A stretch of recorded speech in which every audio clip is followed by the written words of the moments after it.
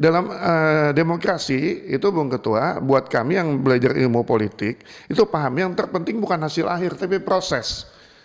Kalau main sepak bola juga hasil akhir kita tunggu, tapi kalau fair play kan lebih enak dilihatnya. Jadi kualitas proses itu tidak hanya sekedar antar penyelenggara, tapi juga sampai di pasangan calon dan tim suksesnya. Saya beberapa hari yang lalu bahkan memikirkan, tadi saya juga ngusulkan ke Bung Roy, bahwa kalau bisa media ini mengundang paslon, lalu nanti kita kancing dengan himbauan pilkada berkualitas, pilkada yang damai. Ya, kalau saya bukan Katolik, tapi saya pencinta bukunya Frans Magdi Suseno yang seorang pastor yang mengangkat tentang etika politik.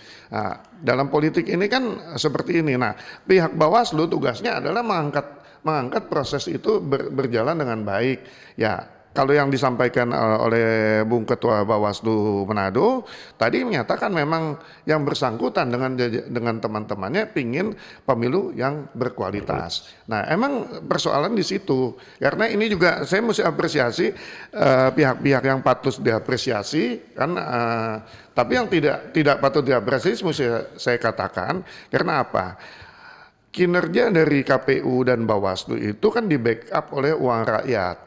Gitu loh, jumlahnya tidak kecil. Bahkan standar yang diberikan adalah misalnya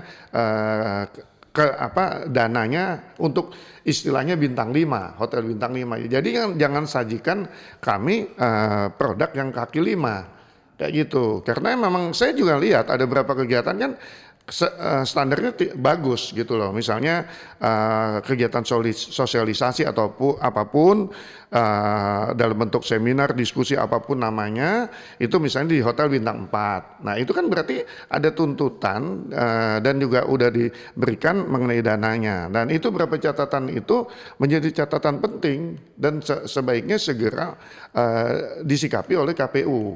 Karena KPU itu kalau tidak menyikapi itu justru nanti jomplang. Ketika Bawaslunya sudah mati-matian untuk bekerja mewujudkan pilkada, pemilu kada. Kalau saya lebih sukanya pemilu kada, pemilu kepala daerah yang berkualitas dengan sejumlah catatan yang sudah ada.